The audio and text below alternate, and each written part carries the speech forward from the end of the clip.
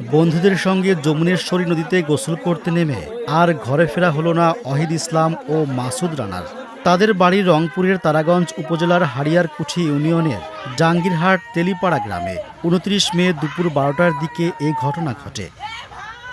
বাবা মার সঙ্গে ঢাকায় থাকত মাসুদ রানা। নির্মাণ শ্রমিকের কাজ করত সে। ঈদে বাবা মার সঙ্গে গ্রামে এসেছিল। ওয়াহিদ ইসলামও ঢাকায় নির্মাণ শ্রমিকের কাজ করত। সেও ঈদের ২ দিন আগে গ্রামে আসে। ঘটনার দিন সকালে অন্য বন্ধুদের সঙ্গে বাড়ি থেকে ৩ কিলোমিটার দূরে যমুনেশ্বরী নদীতে গোসল করতে নামে তারা। নদীতে নামার পর ওয়াহিদ ও মাসুদ রানা তলিয়ে যায়। পরে স্থানীয়রা তাদের উদ্ধার করলে ওয়াহিদ ঘটনাস্থলে মারা যায়। মাসুদকে তারাগঞ্জ উপজেলা স্বাস্থ্য কমপ্লেক্সে নেওয়া হলে কর্তব্যরত চিকিৎসক তাকে মৃত ঘোষণা করেন। তারা দুজনেই সাঁতার জানত না। ২ কিশোরের এমন অকাল মৃত্যুতে তাদের পরিবারসহ পুরো এলাকায় শোকের ছায়া নেমে এসেছে। ঈদের আনন্দের রেশ কাটতে না কাটতেই প্রিয়জনদের হারিয়ে শোকে স্তব্ধ পরিবার দুটি।